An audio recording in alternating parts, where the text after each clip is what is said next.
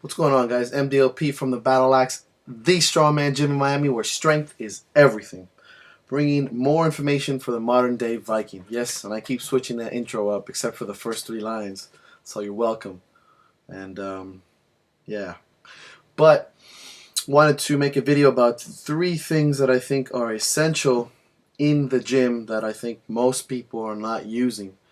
Three tools that I think are essential for lifting heavy, I would say, for lifting weights that I don't see a lot of people using in general. I'll start off with the most important one, with the most valuable one that I know most of you are not using because I see it all the time, and that's a lifting belt. Now, there's a few different types of lifting belt. There's those cheap Sports Authority ones that people wear for no reason when they're doing like a tricep extension. What are you doing? Watch Bro Science, the new video. It's amazing. And then there's more like Velcro or like a thin, cheaper kind of leather, and that's better than nothing, honestly.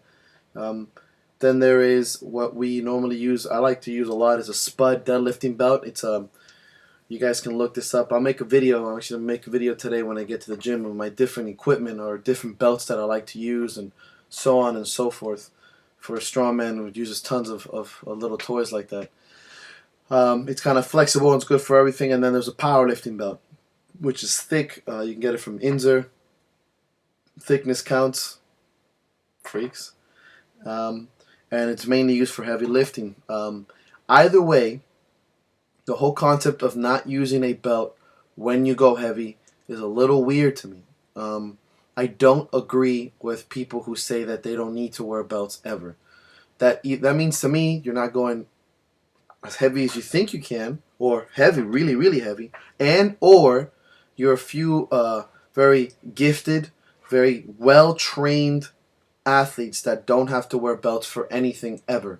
I know guys that do that, and a lot of those guys probably wore belts for years and got very good at using their abs and their core muscles and all these kind of different engagements of their abdominal and core and trunk and all that shit, so that they actually hold very tight under heavy loads.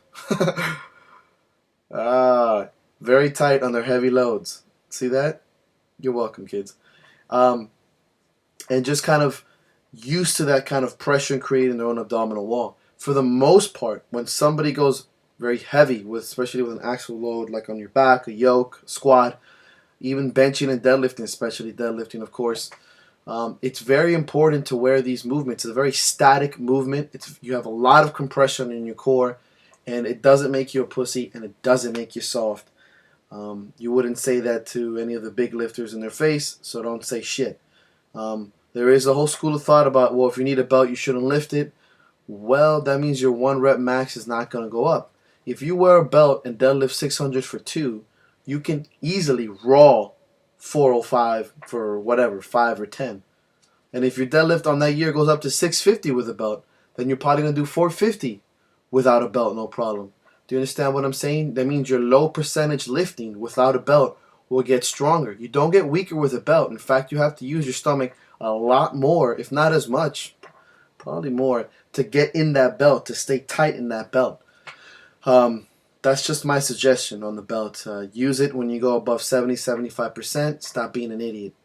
Number 2, I like to use straps, and I'll show these videos again. I don't have them with me right now. Straps, as in the ones that hang out and you wrap around the bar. It's very important for strongmen to use these kind of things, I think, because our biceps are always tender. We lift a lot of things off the ground, whether it's for a continental, deadlift, kegs, specialty stones, heavy tires, sandbags, etc. This kind of lifting puts a lot of strain on the bicep.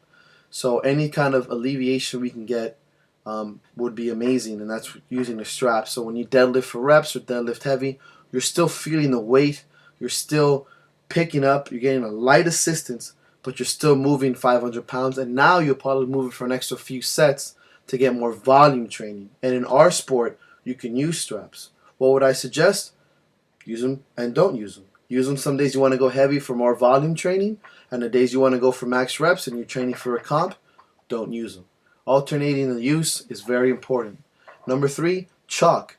no one isn't using enough chalk because, you know, lies, motherfuckers. You guys use too much chalk. God damn it. It is not. You are not LeBron James. Stop wearing so much chalk. You fucking eyebrow that shit. There's 1,000 videos of that shit.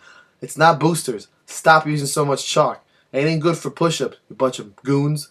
Anyways, that was a rant. Number 3 is wrist straps. I don't mean what's very popularized right now is like these little small ones. They're called PR wraps. Those are very good for functional training.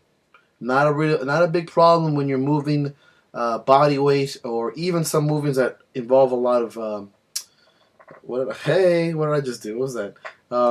A lot of movements with the barbells, or kind of like kettlebells and dumbbells and stuff like that. When you go heavy, and especially for something like a bench press or an overhead press or log pressing, axle pressing, any kind of, especially for overhead pressing or static, more kind of brutish movements, I would suggest heavy wrist straps. There's a lot of them on there. Titan makes them, Elite FTS, Mark Bell, How Much You Bench.net. These kind of objects. These kind of wraps are very, very aggressive. You normally strap them up to right above your wrist here, and it adds a lot of support for you to maintain these weights. It builds a lot of strength and bone density and trying to keep your wrist like this, as opposed to training with a broken wrist and trying to go ahead and just do bad formed reps or overhead pressing. So those are 3 little tools, little toys that you can use, little assistant devices, or I like to call them safety devices, for lifting heavier, for more volume, and safer. You know, your belt, try to get a good powerlifting belt. Your straps for any kind of pulling, even pull-ups or kind of odd objects, and wrist straps. So huge on that. Hope this helps. I'll be making a video later today, if not tomorrow, showing the different kind of little toys we have for strongman and powerlifting that I suggest for any lifter, from the guy who just walked into the gym to motherfuckers who have extra money to buy stuff to wear on their beards for no reason. So cheers and thanks.